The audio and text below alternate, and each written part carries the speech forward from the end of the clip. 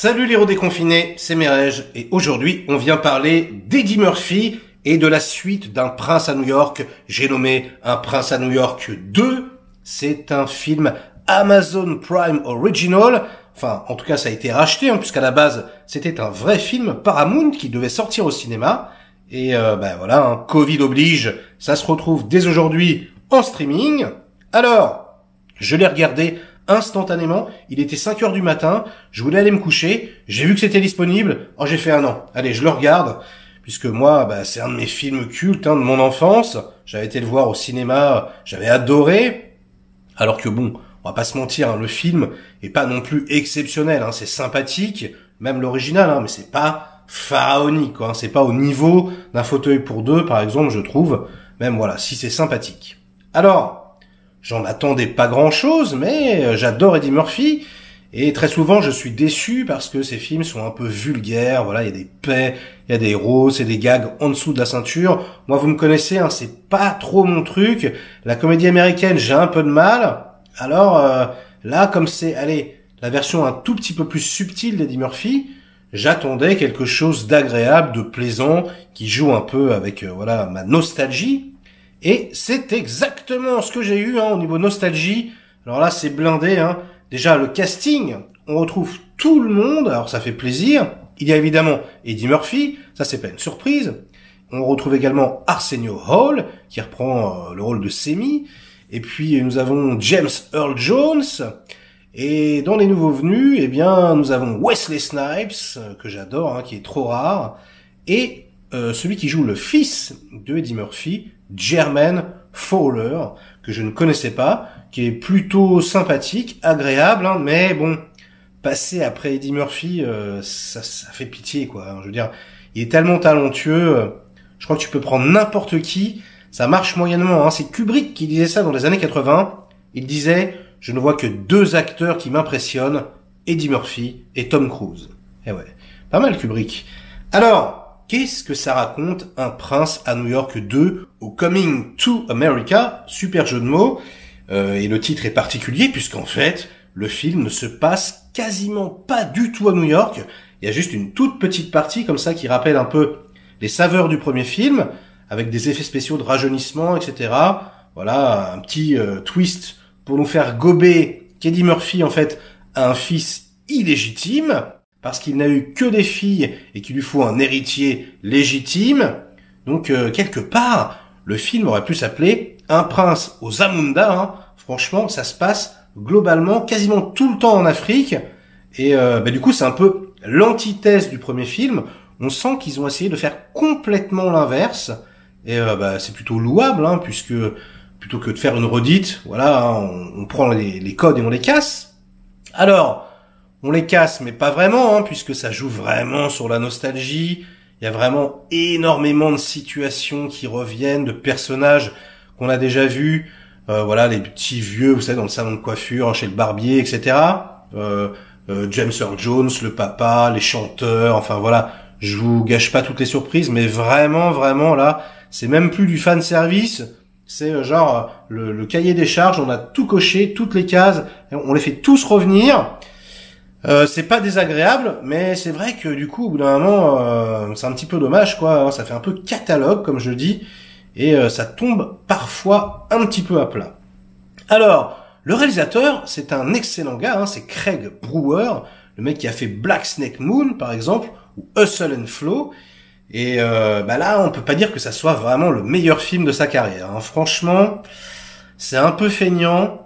C'est pas extrêmement bien shooté, j'ai trouvé. Déjà, le format est bizarre, on sait pas trop ce que c'est ni du scope, ni du 1.85.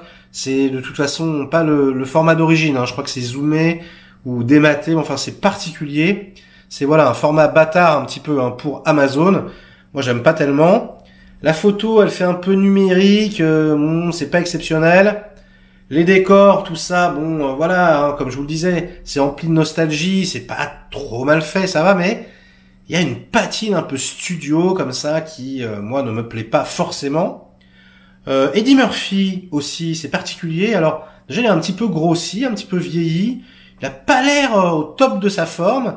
Et surtout, parce que ça, c'est pas très très grave, en fait, il a limite un rôle secondaire, en fait. Hein, et c'est ça qui est particulier dans le film, puisque son fils prend énormément de place, et les personnages secondaires aussi, du coup, lui, il est un peu relégué au second plan, et ça, je dois vous avouer que je ne m'y attendais pas du tout.